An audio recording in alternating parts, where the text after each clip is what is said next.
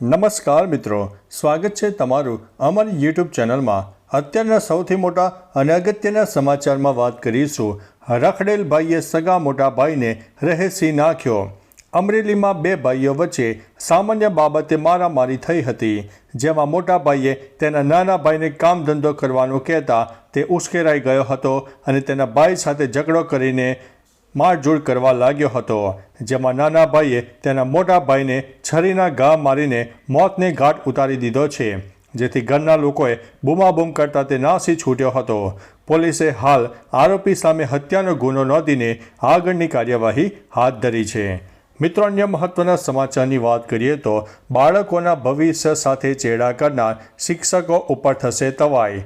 અમદાવાદમાં છેલ્લા 4 મહિનામાં 12 જેટલા શિક્ષકો વિદેશ ચાલ્યા ગયા છે। આ અંગેની માહિતી શિક્ષણ વિભાગને થતાં તાત્કાલિક તપાસની સૂચના આપવામાં આવી છે। આ શિક્ષકો કયા ઉદ્દેશથી વિદેશ જાય છે તે અંગે હવે શિક્ષણ વિભાગ દ્વારા તપાસ કરવામાં આવશે। Ahmedabad municipal corporation school board સંચાલિત એક શિક્ષક 90 દિવસ કરતાં વધુ સમયથી રજા પર છે। તેમને નોટિસ આપ્યા છતાં હાજર ના થતાં હવે છૂટા કરવામાં આવશે। મિત્રો, અન્ય મહત્વના સમાચારની વાત કરીએ તો વડોદરાનો અટલાદરા તળાવ ઓવરફ્લો થઈ ગયો છે। વડોદરાનો અટલાદરા તળાવ ઓવરફ્લો થતાં તંત્રના પ્રી મોન્સૂન પ્લાન ઉપર પાણી ફેરવાઈ ગયા છે। તળાવ ઓવરફ્લો થતાં રસ્તા પર પાણી ફરી વળતા વાહન ચાલકો મુશ્કેલીમાં મુકાયા છે। જોકે છેલ્લા 3-4 દિવસથી તળાવ ઓવરફ્લો થયું છે અને જેના કારણે તળાવ પાસે રહેલું મંદિર પાણીમાં ગરકાવ થયું છે। વાહન ચાલકો અને સ્થાનિકોએ વહીવટીતંત્ર પર રોષ ઠાલવ્યો છે। લોકો દ્વારા આ તળાવનું પાણી ડાયવર્ટ કરવા અગાઉ રજૂઆતો પણ કરવામાં આવી હતી। મિત્રો, અન્ય મહત્વના સમાચારની વાત કરીએ તો 2 લાખ વિદ્યાર્થીઓએ ખાનગી શાળાને કહ્યું છે અલવિદા। રાજ્યમાં ખાનગી શાળાઓમાંથી 2 લાખથી વધારે વિદ્યાર્થીઓએ ખાનગી શાળાને અલવિદા કહીને સરકારી શાળામાં પ્રવેશ મેળવ્યો છે। અમદાવાદમાં 37,000, સરહદી જિલ્લા બનાસકાંઠામાં 10,000 કરતાં વધુ વિદ્યાર્થીઓએ ખાનગી શાળાને અલવિદા કહ્યું છે। સુરતમાં કુલ 22,892 વિદ્યાર્થીઓએ ખાનગી શાળાઓની જગ્યાએ સરકારી શાળામાં પ્રવેશ લઈ લીધો છે। મિત્રો, અન્ય મહત્વના સમાચારની વાત કરીએ તો વરસાદનો કહેર, 15ના મોત, સ્કૂલો બંધ, ટ્રેનો પણ ડાયવર્ટ। રાજસ્થાનમાં વરસાદે ભૂક્કા બોલાવ્યા છે। વરસાદને કારણે આ રાજ્યમાં અત્યાર સુધીમાં 15 લોકોના મોત થયા છે। ભારે વરસાદને કારણે અનેક જિલ્લાઓમાં પૂરની પરિસ્થિતિનું નિર્માણ થયું છે। હવામાન વિભાગની આગાહી અનુસાર હજુ પણ રાજ્યમાં ધોધમાર વરસાદ પડી શકે છે। પૂર્વ રાજસ્થાનમાં ઓરેન્જ અને પશ્ચિમ રાજસ્થાનમાં યલો એલર્ટ જારી છે। ઘણા શહેરની શાળાઓમાં રજા પણ આપવામાં આવી હતી। રેલવેએ કોટામાંથી પસાર થતી 3 પેસેન્જર ટ્રેનોના રૂટ પણ ડાયવર્ટ કર્યા હતા। મિત્રો, અન્ય મહત્વના સમાચારની વાત કરીએ તો ઘણા ખરા વિસ્તારોમાં હજુ પણ વરસાદ થશે। છત્રી રેનકોટ સાથે તૈયાર રહેજો। હવામાન વિભાગે આગાહી કરી છે કે દીવ, દમણ, દાદરાનગર હવેલીમાં વરસાદ રહેશે। ઉત્તર ગુજરાત, મધ્ય ગુજરાત અને દક્ષિણ ગુજરાતના ઘણા વિસ્તારમાં જોરદાર વરસાદ થવાની સંભાવના છે। કચ્છ અને સૌરાષ્ટ્રના અમુક સ્થળોએ વરસાદ પડી શકે છે। રાજ્યમાં સરેરાશ વરસાદ અત્યાર સુધીમાં 70.81% નોંધાઈ ગયો છે। ઝોન પ્રમાણે કચ્છમાં ચાલુ સિઝનનો સૌથી વધુ 87.34% વરસાદ વરસ્યો છે। મિત્રો, અન્ય મહત્વના સમાચારની વાત કરીએ તો અમદાવાદના વધુ 3 શિક્ષકોનું વિદેશ ગમન। અમદાવાદ શહેરના વધુ 3 શિક્ષકો રજા લઈને વિદેશ ગમન પર પહોંચી ગયા છે। જણાવી દઈએ કે આ શિક્ષકો 3 મહિના કરતાં વધુ સમયથી ગેરહાજર છે, જેમાં જસ્મીનાબેન બાબુભાઈ પટેલ 127 દિવસની રજા પર વિદેશમાં છે। આ ઉપરાંત શિક્ષક દંપતી અરવિંદ પટેલ તેમજ અનિતા પટેલ પણ વિદેશ પ્રવાસે જતા રહ્યા છે। જોકે રાજ્યમાં ભૂતિયા શિક્ષકોની ભરમાર થતાં તેની અસર વિદ્યાર્થીઓના ભણતર ઉપર જોવા મળી છે। મિત્રો, અન્ય મહત્વના સમાચારની વાત કરીએ તો દિલ્હીમાં ડોક્ટરોનો વિરોધ, ઓપીડી સેવાઓ ઠપ। કોલકાતામાં મહિલા ડોક્ટર પર દુષ્કર્મ અને હત્યાને લઈને દિલ્હીની ઘણી હોસ્પિટલોમાં ડોક્ટરોનું પ્રદર્શન ચાલુ છે। Safdarjung, RML, AIIMS, LNJP, Deendayal Upadhyay hospital અને GTB હોસ્પિટલમાં ઓપીડી સેવાઓ બંધ છે, જેના કારણે દર્દીઓને ભારે મુશ્કેલી પડી રહી છે। તબીબો મુજબ આ ઘટના ખૂબ જ ઘૃણાસ્પદ અને ભયંકર છે। તેઓ ખાસ કરીને મહિલા ડોક્ટરો અને નર્સિંગ સ્ટાફ માટે સુરક્ષાની માગ કરી રહ્યા છે। મિત્રો, અન્ય મહત્વના સમાચારની વાત કરીએ તો શ્રાવણીયો જુગાર રમતા 8 લોકો પકડાયા છે.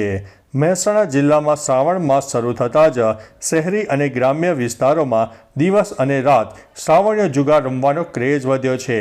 આ પ્રતિબંધિત પ્રવૃત્તિને અટકાવવા પોલીસે પણ કમર કસીને જુગારીઓને ઝડપી રહી છે. જેમાં છેલ્લા 24 કલાકમાં મહેસાણા અને ખેરવામાં જુગાર રમી રહેલા 8 શખ્સોને સંબંધિત પોલીસે ઝડપી પાડીને તેમની સામે કાયદેસરની કાર્યવાહી હાથ ધરી છે.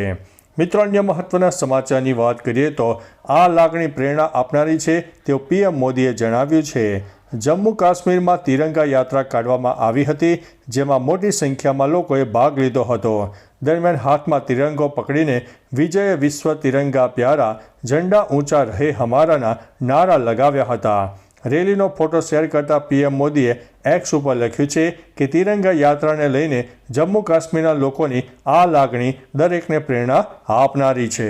મિત્રો, અન્ય મહત્વના સમાચારની વાત કરીએ તો સુરતમાં જેલમાં કેદીના મોતને લઈને આંદોલનની ચીમકી.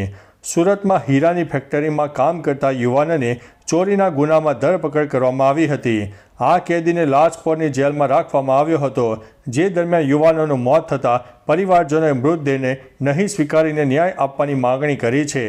પરિવારજનોએ પોલીસ પર ગંભીર આરોપ કર્યા છે અને કેદીનો મૃતદેહ ન સ્વીકારીને ગૃહમંત્રીના નિવાસસ્થાને લઈ જઈને આંદોલનની ચીમકી આપી છે. મિત્રો, અન્ય મહત્વના સમાચારની વાત કરીએ તો ક્રિકેટ રમતા ગુમાવ્યો જીવ. દિલ્હીમાં ક્રિકેટ રમતા એક સગીર છોકરાનું દુઃખદ અકસ્માતમાં મોત થયું છે. પોલીસે જણાવ્યું છે કે બહારી દિલ્હીના રણહોલા વિસ્તારમાં ક્રિકેટ રમતી વખતે ઇલેક્ટ્રિક પોલના સંપર્કમાં આવવાથી એક 13 વર્ષીય છોકરો મૃત્યુ પામ્યો હતો. Deputy commissioner of police Jimmy ચીરમે જણાવ્યું હતું કે પોલીસ સ્ટેશનમાં PCR કોલ મળ્યો હતો, જેમાં ઇલેક્ટ્રિક શોકને કારણે એક છોકરાના મૃત્યુની માહિતી આપવામાં આવી હતી.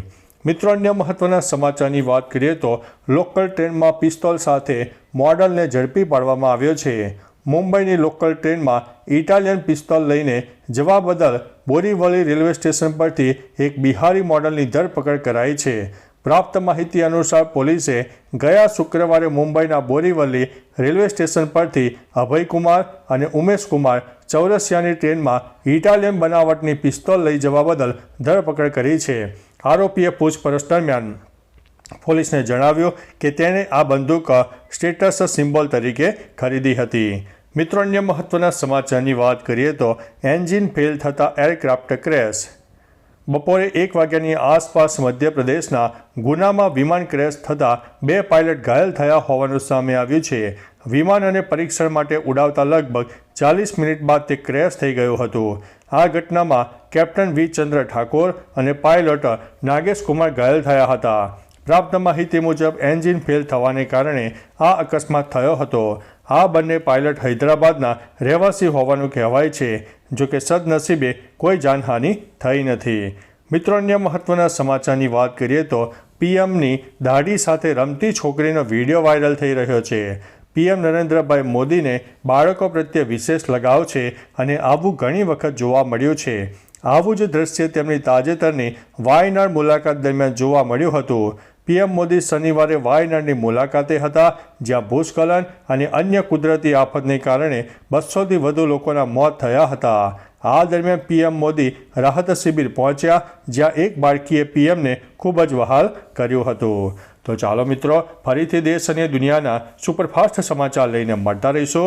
ત્યાં સુધી અમને રજા આપશો. નમસ્તે.